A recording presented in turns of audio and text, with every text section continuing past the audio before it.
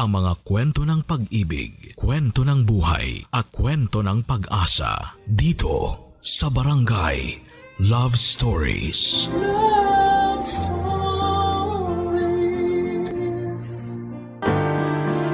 Minsan mahihirapan tayong malaman kung ano ba ang lugar natin sa buhay ng isang tao. Minsan nauna rin ang hiya sa pagtatanong kaya mas lalo kang maliligaw kung saan ka pupwesto. Ikaw, kabarangay, alam mo ba kung saan ang lugar mo sa buhay ng taong mahal mo?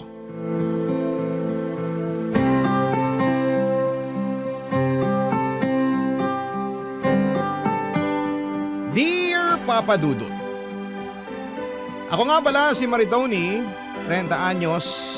Nito lang ay nakipag-live-in na ako sa boyfriend kong si Drew. Mas matanda siya sa akin ng 10 taon. Nakatira ko sa bahay niya. 28 years old lamang siya noong pinagawa niya ang bahay na yon sa tulong ng kanyang yumaong asawa na si Jen.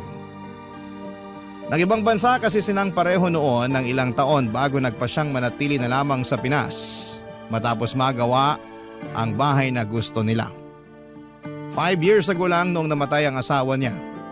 Wala silang naging anak kaya nasolo ni Drew ang buong bahay. Hindi na nga sana siya mag-aasawa pa dahil masyado siyang nalugmok sa pagkamatay ng kanyang dating asawa. Kaya lang noong nakilala niya ako ay sinubukan niya ulit na maging matapang. Binuksan niya ulit ang kanyang puso. Nagmahal siyang muli.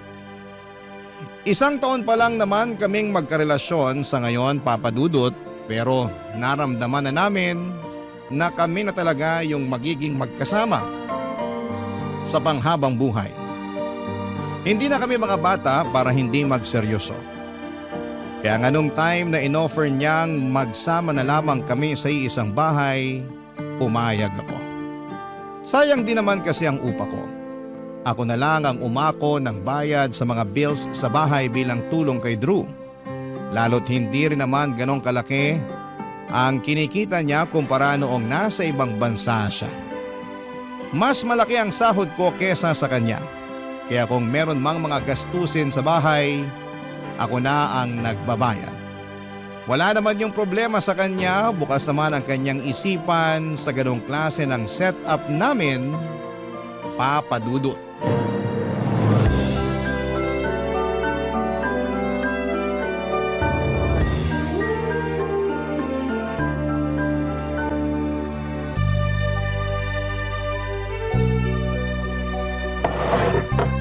Alam mo, parang bibigay na tong isang upuan. Naparami ka lang ng kain, kaya gusto nang bumigay ng upuan na yan. Loko ka ha? Seryoso nga kasi, lumalangit-ngit na eh. Ayusin ko na lang sa day off ko. Gano'n na ba to katagal? Itong dining set, ito ang una naming ininvest ni Jen noon. Mahilig kasi kaming kumain, kaya ito ang inuna naming bilhin nung binubuo namin tong bahay. Matagal na rin pala no? Oo, kaya siguro gusto na ring bumigay. Basta sa day off ko, ayusin ko na lang yan. O pwede na rin i-retire na lang. Ipamigay sa mga ibang may kailangan.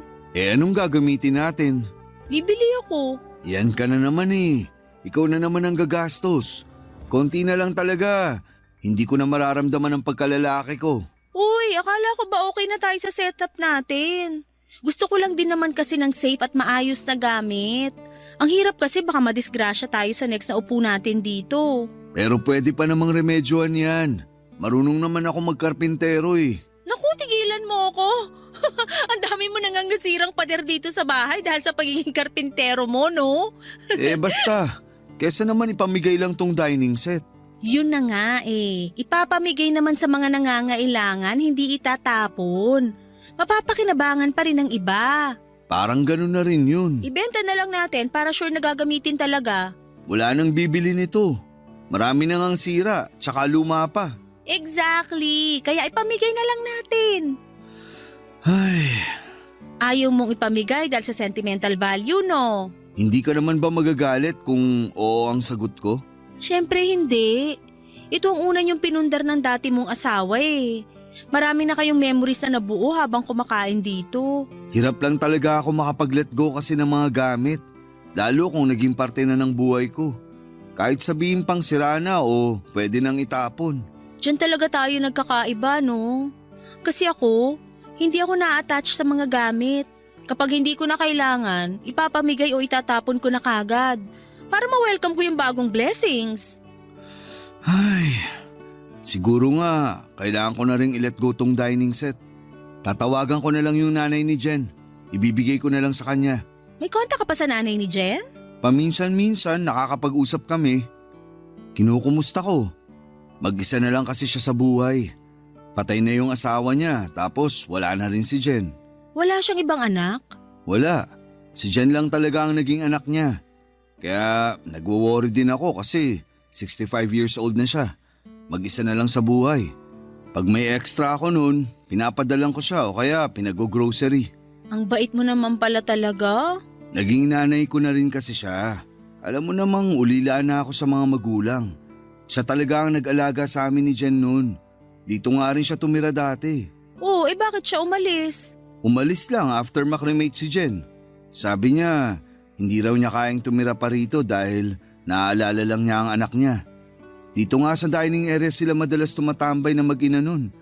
Mahilig din kasi silang magluto at kumain. Ang dami na palang alaala ng dining set na to.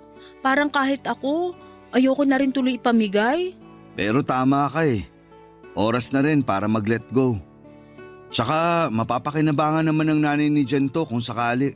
Ikaw, kung ano man ang maging desisyon mo. Teka, tatawagan ko lang siya para malaman na niya. Tsaka okay lang ba kung ipagbili ko na rin siya ng mga kailangan niya sa bahay?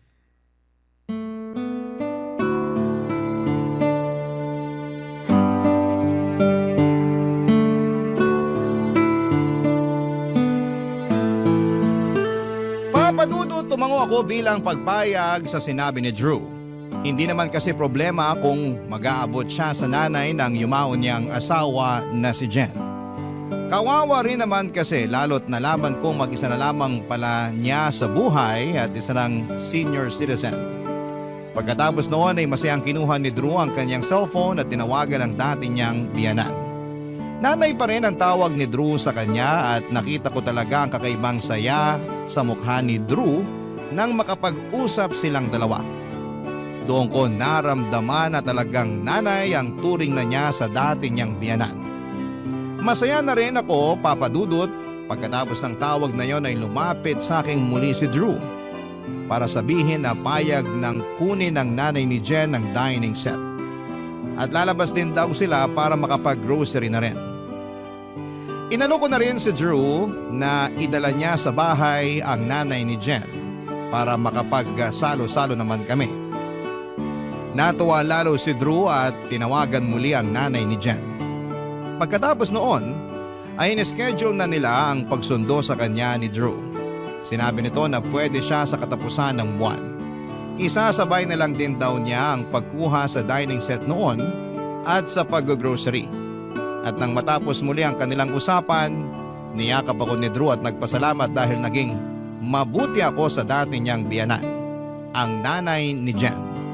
At nang sumapit ang katapusan ng buwan ay doon na kami nagkaharap ng nanay ni Jen. Sinundo siya ni Drew sa bahay nito at napag-usapan na manananghalian muna sa bahay bago sila pupunta sa grocery store para bumili ng kailangan nito, Papa Dudut.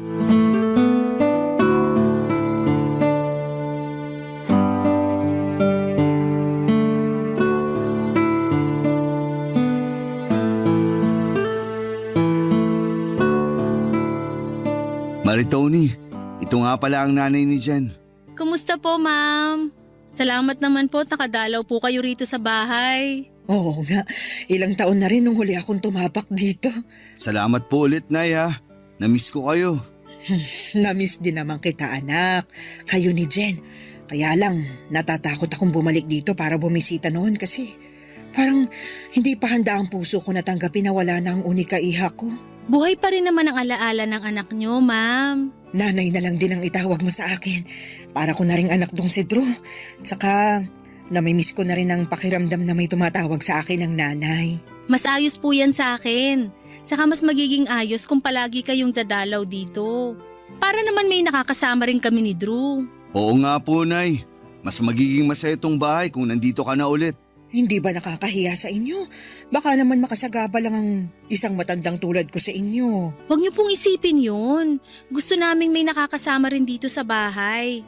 Kaya pumayag na kayong dumalaw-dalaw. Tsaka masarap din pong magluto tong si Maritoni. Baka pwede na rin kayong magban sa kusina palagi. Palagi? Kung palagi dito na lang din kaya ako tumira ulit. Kung pwede naman po. Sana hindi niyo masamain ha. Meron sana akong sasabihin. Ano po yun? Pinaalis na kasi ako dun sa inuupahan ko nung nakaraang buwan pa. Gusto kasing taasan yung upa ko hindi ko na kayang bayaran. Hindi naman kasya sa pensyon ko.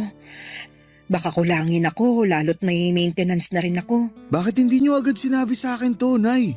Para nagawa natin ang paraan. Naisip ko na rin namang lumapit sa'yo kaya lang nabalitaan ko ang meron ka na raw bagong kinakasama. Kaya naunahan na rin ako ng hiya. Nay, dito na kayo tumira. Sigurado ba kayo? Magaling naman ako maglinis. Ako na rin palagi magluluto para may ambag ako sa inyo. Gawin niyo akong kasambahay, kapalit ng pagpapatira niyo rito sa akin. Walang kailangang iambag. Lalo hindi kayo magiging kasambahay. Ipahinga nyo na lang po at gamitin nyo na lang yung pensyon nyo sa maintenance nyo at kung ano man yung gusto nyong bilhin. Tama si Maritoni, Nay. Kami nang bahala sa inyo. Salamat mga anak ko. Hindi ko na talaga alam kung saan ako pupulutin pag tuluyan na akong pinaalis dun sa inuupahan ko. Ngayon din po, habang naka-day off kami ni Drew, kukunin na namin ang mga gamit nyo dun sa inuupahan nyo. Mga damit lang ang kukunin. Pwede naman kahit mamaya na lang. Wala naman akong ibang gamit dahil pinamigay ko na nung nalaman kong pinaalis na ako ng nagpapaupa sa akin. Puro damit na lang dun at itong abo ni Jen. Dala nyo po ang urn ng anak nyo? Dala niyo po yung abo ni Jen? Natakot ba kita? Hindi naman nagmumulto ang anak kong si Jen. Dinala ko lang talaga ngayon para makabalik din siya dito sa bahay nila ni Drew. Ang tagal na rin kasi nung kinuha ko siya mula rito. Nabigla talaga ako nang ilabas ni nanay ang urn o yung lalagyan ng abo ni Jen mula sa kanyang bag. Kaya naman pala parang bigat na bigat si nanay sa dala niya. Pinakita niya sa amin at parang pinakilala sa akin ng pabiro ang abo ni Jen. Si Drew naman ay nagulat din. Inakala kasi niyang pinaanod na sa dagat ng nanay ni Jen ang abo nito. Kaya kinuha nito ang urn mula kay Drew pagkatapos makremate. Buong akala ni Drew ay dinadalaw niya sa dagat ang abo ni Jen pero hindi naman pala nakaabot yon doon. Tinago pala ng nanay ni Jen. Naiintindihan naman namin siya, Papa Dudut. Gusto lang daw talagang makasama ni nanay ang abo ni Jen. Pagkatapos noon ay inalalayan siya ni Drew para ilagay sa altar ang abo ni Jen. Nagdasal saglit si nanay habang nakaharap sa abo ni Jen. Pagkatapos noon ay hinarap kami at nagtanong muli kung ayos lang ba na dinala pa niya ang abo ni Jen sa bahay namin. Tumango lamang kami ni Drew at pinagbigyan ng kahilingan niya. Maliit na bagay lang naman yon at saka malaki rin naman ang ambag ni Jen sa bahay nila ni Drew. Sino ba naman ako para pagbawalan ang abo niya roon, hindi ba? Nag-lunch na rin kami pagkatapos ng usapan. Sabay-sabay na rin kaming umalis pagkatapos namin kumain para kunin na ang mga damit ni nanay. Dumaan din kami sa grocery para ipagbili naman siya ng mga pagkain na gusto niyang kutkutin kapag nasa bahay na siya ulit nakatira. Papa Dudut, napakasaya ni nanay habang nagpapasalamat sa amin. Gumaan tuloy ang loob ko at pakiramdam ko ay nakagawa ako ng tama ng mga oras na yon. Papa Dudut. Barangay Love Stories. Barangay Love Stories. Makalipas namang ang 2 araw ay nakalipat na ng tuluyan ang nanay ni Jen sa bahay. Damit na nga lang talaga at urn ni Jen ang dala nito. Nag-stay ito sa dating kwarto niya at pinasadya pala ni na Drew at Jen na gawing 2 kwarto ang bahay. Ang isang kwarto ay para kina Drew at Jen at ang isa naman ay para kay nanay. Kung sakali man na nagkaroon ng anak sina Drew at Jen noon ay hahatiin na lamang ang kwartong yon. Di hamak pala na mas malaki ang kwarto ni nanay kesa kina Drew at Jen. Nung umalis doon si nanay, ginawa na lang tambakan ni Drew na mga lumang gamit yon. Ako nga ang naglinis noon. Ako na rin ang nagpamigay ng mga gamit na nakatambak doon dahil hindi naman daw gagamitin pa ni Drew ang mga yon. Hindi lang niya maasikaso talaga. Mula nang tumirang muli si nanay sa bahay ay lagi itong nagpapasalamat sa akin.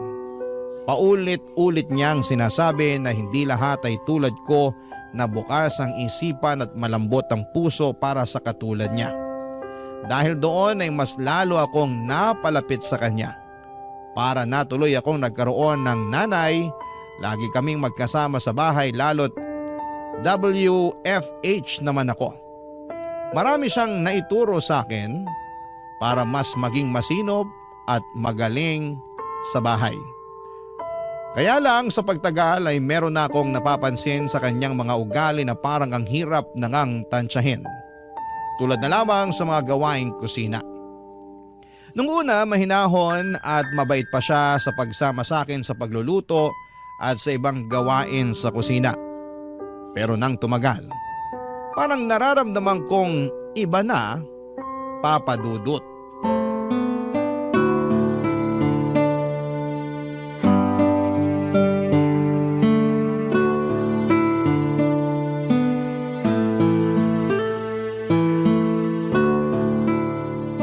Anong oras daw ang uwi ni Drew? Nasabi ba niya sa'yo? Bago raw mag-alas 7 ng gabi, nandito na raw po siya. Maaga raw silang papauwiin ng boss nila kasi na-reach na daw nila yung quota nila. Dapat pala, mas inagahan natin magluto. Baka mamaya mauna pa siyang makarating dito kaysa mapalambot yung beef na niluluto mo. Relax lang po kayo, Nay. Marunong naman maghintay si Drew sa pagkain kahit gaano pa siya kagutom. Ay, hindi pwedeng ganun, Maritoni. Gumaya ka kay Jen. Dapat minu-minuto nagpapa-update siya kay Drew sa oras ng uwi niya para nakahanda na yung ulam pagpasok pa lang ni Drew ng bahay. Okay nga lang po, Nay. Relax lang po kayo. Ganun na sistema namin ni Drew dito sa bahay. Saka madalas pagka-uwi niya, naliligo muna siya at may kinakalikot sa mga inuuwi niyang gamit. Kaya hindi rin siya naiinip. Mas maganda kasi yung sistema nila ni Jen sa bahay noon. Yun lang naman ang totoo. Medyo matatagalan lang siguro ng konti pa para mapalambot tong beef. Dito po talaga ako hirap palagi eh. Ano po kaya ang dapat gawin? Mahina yung apoy o palakasin pa? Dapat kasi ang ginawa mo, binabaran mo ng baking soda yung beef bago mo niluto. Yun ang sikreto sa pagpapalambot ng karne na yan. Pwede po pala yun? Akala ko kasi dapat pukpukin ng tenderizer yung beef tapos dapat manipis yung hiwa. Mali ka na naman. Hindi uobra yan kung walang baking soda. Kami mismo ni Jen subok na yon. Kaya paborito ni Drew ang mga niluluto ni Jen na beef noon kasi malambot. Hindi na pahirapan pa sa pagnguya. Sayang at wala na rito si Jen ngayon. Kasi po sa pagkakaalam ko nakakabawas ng lasa yung baking soda kapag hinalo sa pagluluto ng beef eh. Nasasayang lang yung ginamit na pang-marinate. Di ibabad mo ng 20 minutes sa baking soda tapos hugasan mo.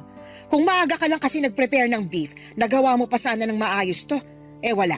Mas inuna mo yung makipag-video call kay Drew at manood ng TV. Hindi ganyan si Jen. Hanggat hindi natatapos ang mga gawaing bahay, hindi siya magre-relax. Hindi manonood ng TV o hindi magse-selfie. Si Drew naman po kasi yung gustong makipag-video call sa akin kasi nasistress siya sa work kanina. At gusto niya makita ako para mawala raw yung pagod niya. Alam mo ang solusyon para mawala ang pagod at stress niya? Masahe. Pero mukhang hindi mo alam yon. Napansin ko sa mga kamay mo masyadong manipis sa mga daliri mo.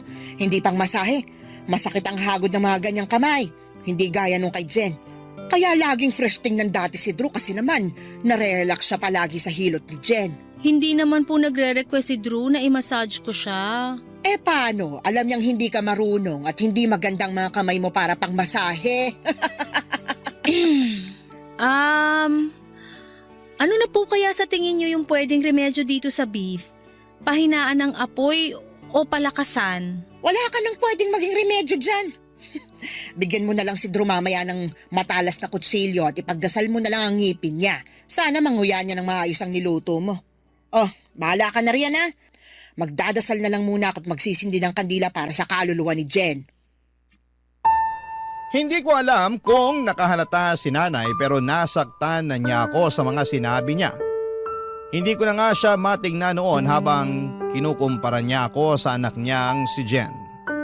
Ni minsan ay hindi ko nakitang threat si Jen sa relasyon namin ni Drew. Dahil pinaramdam naman sa akin ni Drew na mahal niya ako at hindi na mahalaga ang past. Pero dahil sa ginawa ni nanay ay parang nagduda tuloy ako kung nararapat lang ba ako sa pagmamahal ni Drew. Kasi parang hindi ko matumbasan ang galing ng naging asawa niyang si Jen. Nasira na ang mood ko at dahil doon ay hindi na tuloy naging masarap ang niluto ko. Mas lalo ko pang naramdaman yon nang ihain ko na kina Drew at nanay. Pinamukha ni nanay sa akin na ang hirap ngunyain ang beef na niluto ko. At nasobrahan daw ako sa betchin. Baka raw antukin si Drew hanggang kinabukasan. Wala namang sinabing hindi maganda si Drew at hinawakan lang nito ang kamay ko para iparamdam na okay lang naman yon. Parang naawa tuloy ako sa sarili ko. Lalo na nung kinumpara na naman ako ni nanay kay Jen. At sa pagkakataong yon, sa harapan pa ni Drew yun ginawa. Hindi na lang ako umiimik at nararamdaman kong napansin yun ni Drew. Kaya mismong si Drew na nga ang gumawa ng paraan para mag-change topic na. Pero sadyang tumigil or ayaw tumigil ni nanay na ilatag sa usapan ang yumaon niyang anak na si Jen. Binulungan na lamang ako ni Drew at sinabing pagpasensyahan ko na lang daw dahil hindi biro ang mamatayan ng anak. Tumango na lamang ako at baka na-miss lang ni nanay si Jen noong araw na yon. Pero makalipas ang ilang araw ay ganoon pa rin ang ginawa nito. Meron pa siyang malalang ginawa at hindi ko na yon kayang tanggapin pa. Nangyari yon habang nasa kwarto kami ni Drew isang gabi, Papa Dudut.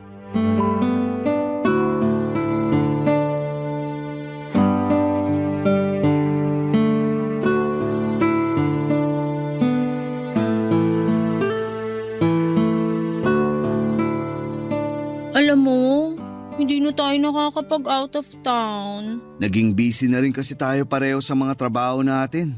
Tsaka nag-a-adjust pa tayo sa paglipat ni nanay dito. Oo nga eh. Kailan kaya tayo pwede mag-out of town? Namimiss ko ng bumiyahe.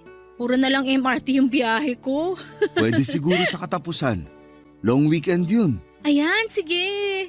Saan naman kaya tayo? Hindi pa tayo nakakapag-ikot sa Pampanga. Alam mo, merong sinabi sa akin yung katrabaho ko na meron daw bahay doon na nagluluto ng mga sinaunang putahe ng mga Kapampangan. Sa Mexico, Pampanga raw yun eh. Ay, nabalitaan ko nga yan.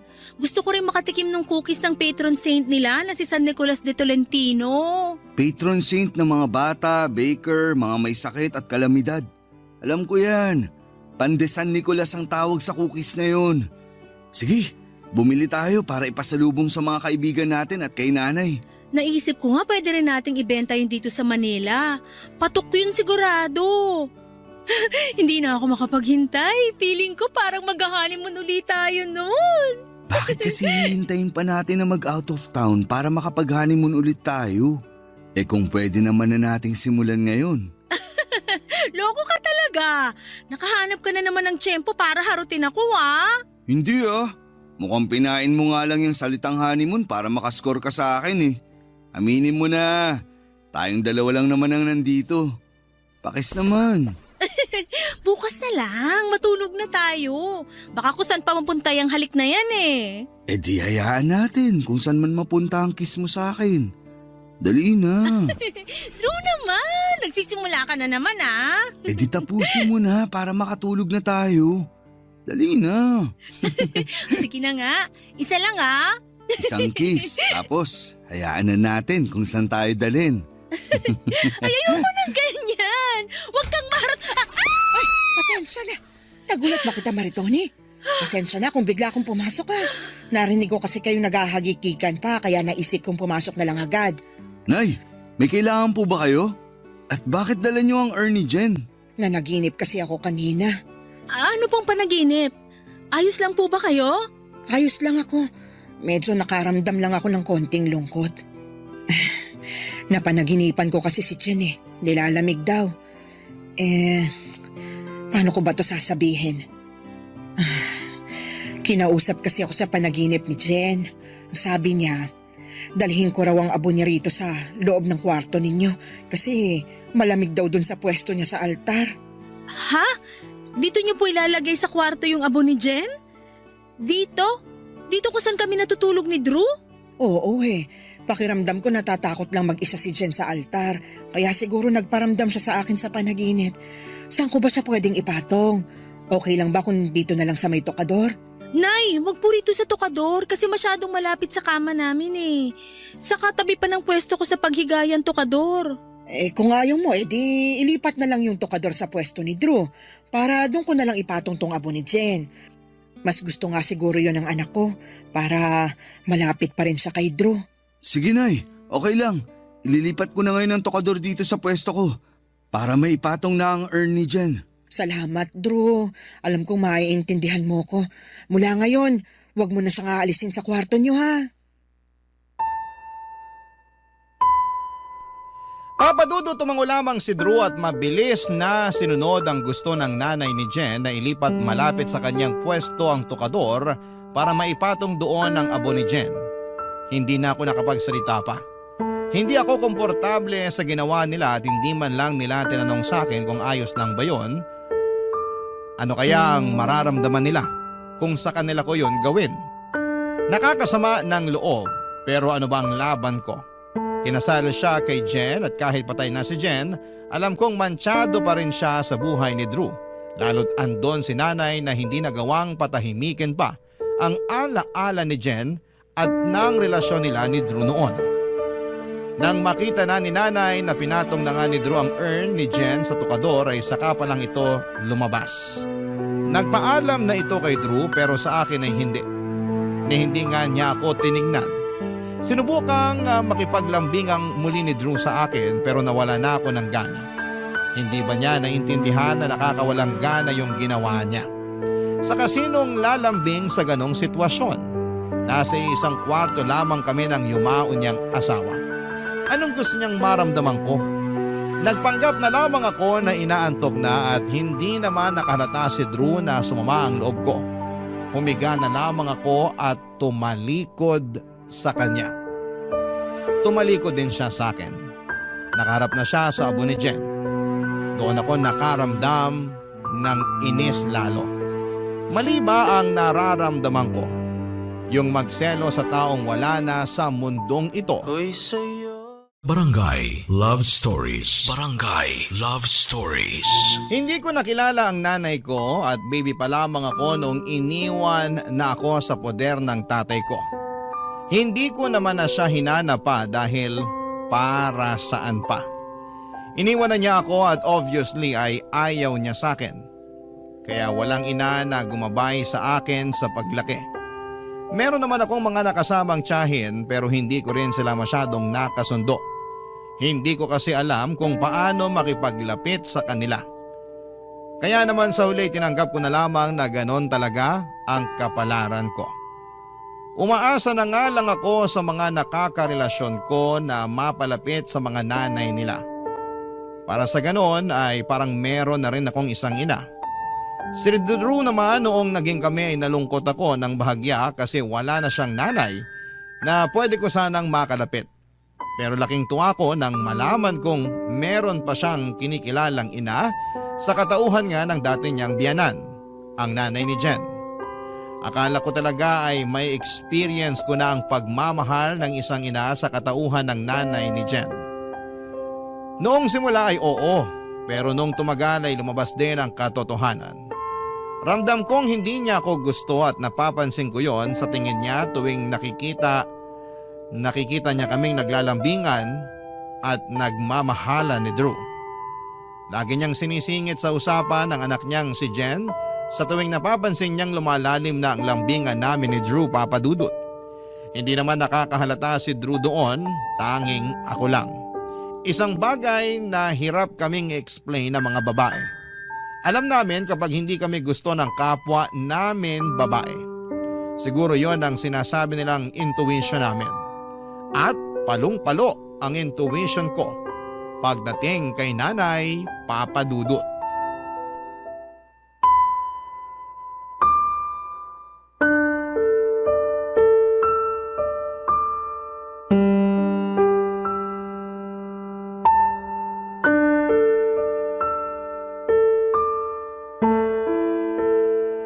Drew, pwede ba tayong mag-usap? Oo naman, may problema ba? Parang balisa ka ha. Hindi ko na kasi matiis to eh. Kailangan ko nang sabihin sa'yo bago pa ako sumabog. Mukhang seryoso to ha. Ano ba yun? Kinabahan naman ako bigla. Si nanay kasi eh. Anong nangyari kay nanay? Asan siya? Kumalma ka. Walang nangyaring masama sa kanya. Eh ano pala?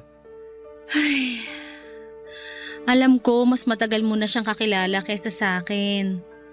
Pero kasi, paano ba to?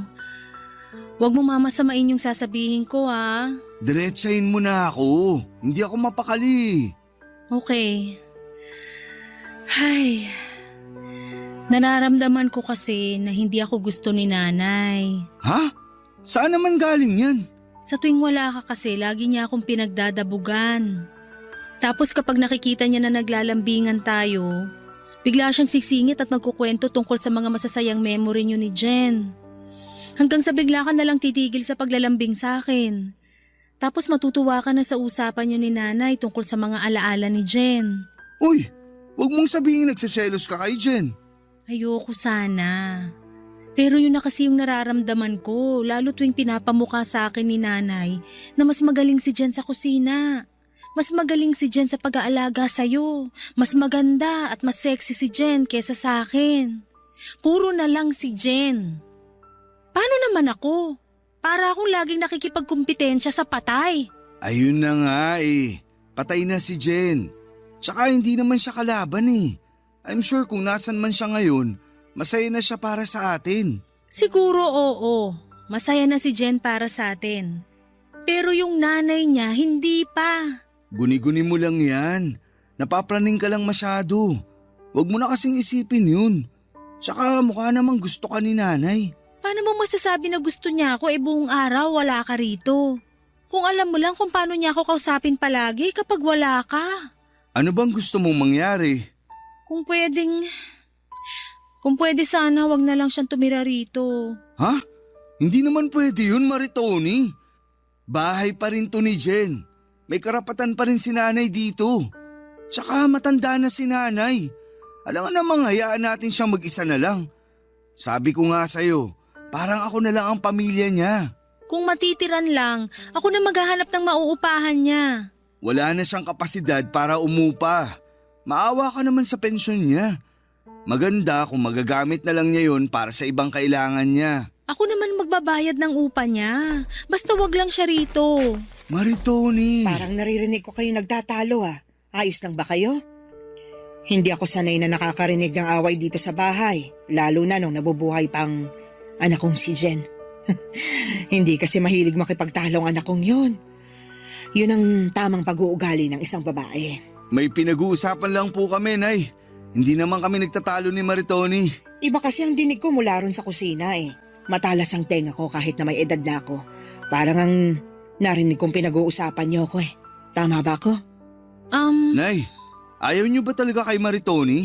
Drew! Sabi ko na nga ba eh. May problema ka talaga sa akin, Maritoni. Hayaan niyo, aalis na lang ako rito. Makikituloy muna ako sa barangay hall. Maaawa naman siguro sila sa katulad kong senior, hindi ba? Iiwan ko muna ang mga gamit ko rito hanggat hindi pa ako nakakahanap ng aampon sa akin. Pero kukunin ko ang abo ni Jen dahil ayaw kong pati ang anak ko maging dahilan ng away niyong dalawa. Nanlaki ang mga mata ko nang bigla akong isumbong ni Drew kay nanay. Lalo na noong umiyak na si nanay at kinonsensya na ako. Nilapitan siya ni Drew para iyakapin. Ako naman ay parang nanigas lamang sa sulok. Hindi ko alam kung ano ang sasabihin, kung ano ang gagawin. Gusto kong maging tapat kay nanay, sabihin sa kanya na hindi ako komportable sa ginagawa niyang pagkukumpara sa akin sa anak niyang si Jen na matagal nang namayapa. Pero ng mga oras na yon, parang wala akong nagawa. Nakatingin lamang ako sa kanila ni Drew at pilit na pinapakalma ni Drew si nanay. Lalo na noong nagtatangka na itong kunin ang urn ni Jen sa kwarto namin. Ilang beses sinabi ni Drew na hindi siya pwedeng umalis sa bahay dahil pamilya na ang turing sa kanya ni Drew. Doon lang kumalma si nanay. Pagkatapos noon ay ilang beses akong tinignan ng matalim ni nanay. Ganon ang tingin niya sa akin kapag hindi nakatingin si Drew. Parang kontrabida sa isang teleserye na hindi magpapahuli sa bida. Mula noon ay mas gumaspang na ang ugali ni nanay sa akin. Lagi na lamang akong nangangamba tuwing naiiwan kaming dalawa sa bahay at wala si Drew. Doon mas lumalakas sa mga parinig niya at minsan ay kinukuha niya ang urn ni Jen sa kwarto at kinakausap. Nagsusumbong na inaaway daw siya sa bahay nila. Bahay nila. Yun ang lagi niyang sinasabi. Oo at wala akong ambag doon. Oo at alam kong sina Drew at Jen ang nagpagawa ng bahay. Pero masakit lang kasi sa pakiramdam na para akong outsider sa loob ng bahay na yon, Papa Dudut.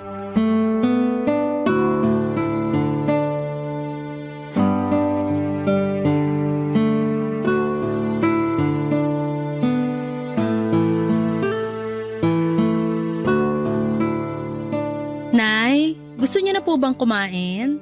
Nakapagluto na kasi ako ng pananghalian natin. Hindi na. Dumating naman na ang pensyon ko. Bibili na lang ako ng ulam sa karinderya. Tipirin niyo na lang po yung pensyon niyo. Marami naman akong niluto para sa atin eh. Tara na po. Tipirin ang pensyon ko? Para ba may magamit ako oras na paalisin mo ulit ako rito sa bahay ni na Drew at Jen? Nay, ilang beses na po akong humingi ng tawad sa inyo sa nangyari. Nadala lang ako ng emosyon ko noon dahil sa paulit-ulit na pagkukumpara niyo sa akin kay Jen. Ang sabihin mo, ayaw mo lang talaga sa akin at gusto mong masolo si Drew.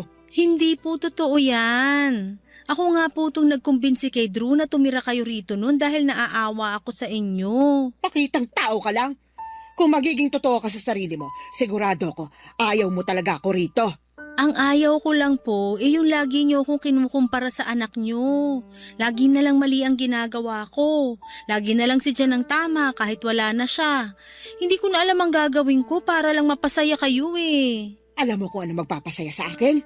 Pag lumayas ka na rito. Bakit naman po ako lalayas dito? Eh parang bahay ko na rin to. Parang bahay mo lang, pero may ambag ka ba sa gastos? Ako po nagbabayad ng lahat ng bills dito sa bahay. Dapat naman talaga ikaw ang magbayad ng bills dito sa bahay kasi nakikitira ka lang. Nakikitira rin naman po kayo rito ah. Parehas lang tayo. At least ako may ambag pa rin dito sa bahay. Eh di, lumabas din ang totoo. Ipapamukha mo rin pala sa akin na wala akong ambag sa bahay na to. Paano kung sabihin ko sa'yo na ang ambag ko rito yung ginastos ng anak kong si Jen sa pagpapatayo ng bahay na ito? At kung nasabi sa'yo ni Drew, karamihan ng gamit dito, si Jen ang bumili. Yung sofa na inuupuan mo at pinagpapahingahan mo tuwing tanghali, si Jen ang bumili nun. Pati ang kama nyo, hoy! Si Jen ang bumili nun. Magkano po ba nagastos ni Jen sa pagpapagawa ng bahay na to? Pati na sa mga gamit na binili niya. Kwentahin niyo lahat, ako na lang magbabayad. Bakit ko naman gagawin yon? Dinawalan ako ng karapatan dito sa bahay nila mag-asawa? Hindi na po sila mag-asawa. Hindi porket patay na si Jen, hindi na sila mag-asawa. Wala namang annulment sa langit, Maritoni. Yan ang hindi ko gusto sa inyo. Lagi niyong pinaparamdam sa akin na talagang wala akong karapatan kay Drew dahil sila ni Jen ang naging unang mag-asawa. Kasi yun naman talaga ang totoo. Sinasabi ko lang ang bagay na dapat alam mo. Mag-asawa pa rin sina Jen at Drew. Matagal na pong patay ang anak niyo. Nakapag-move on na po si Drew. Ako na po ang kinakasama niya. Ako na ang mahal niya. Hay, may gusto sana akong ikwento sa'yo tungkol sa relasyon noon ni na Drew at Jen. Kaya lang, baka mamatay ka sa selos. Huwag na lang. Relasyon noon. Noon. Di tapos na. So bakit binabalik pa ngayon? Ako na nga ang karelasyon ni Drew ngayon. Ako na ang may karapatan sa kanya. Hanggat nandito ako, hindi mo makukuha ng buong karapatan mo kay Drew. Dahil hanggat nakikita niya ako, lagi niyang maaalalang pagmamahal niya para sa nag-iisang asawa niya. At ang anak ko lang yon, si Jen lang yon. Kahit abo na siya, mas may karapatan pa rin siya kay Drew at sa bahay na to kesa sa'yo. Papa Dudut, hindi na ako nakaimik pa sa mga sinabi ni nanay. Ano pang ilalaban ko roon sa sinabi niya? Mas lalo lang akong nasaktan lalo't harap-harapan na niyang sinabi sa akin na wala akong karapatan sa bahay na yon at kay Drew. Ang hirap hanapin ang lugar ko sa bahay na yon.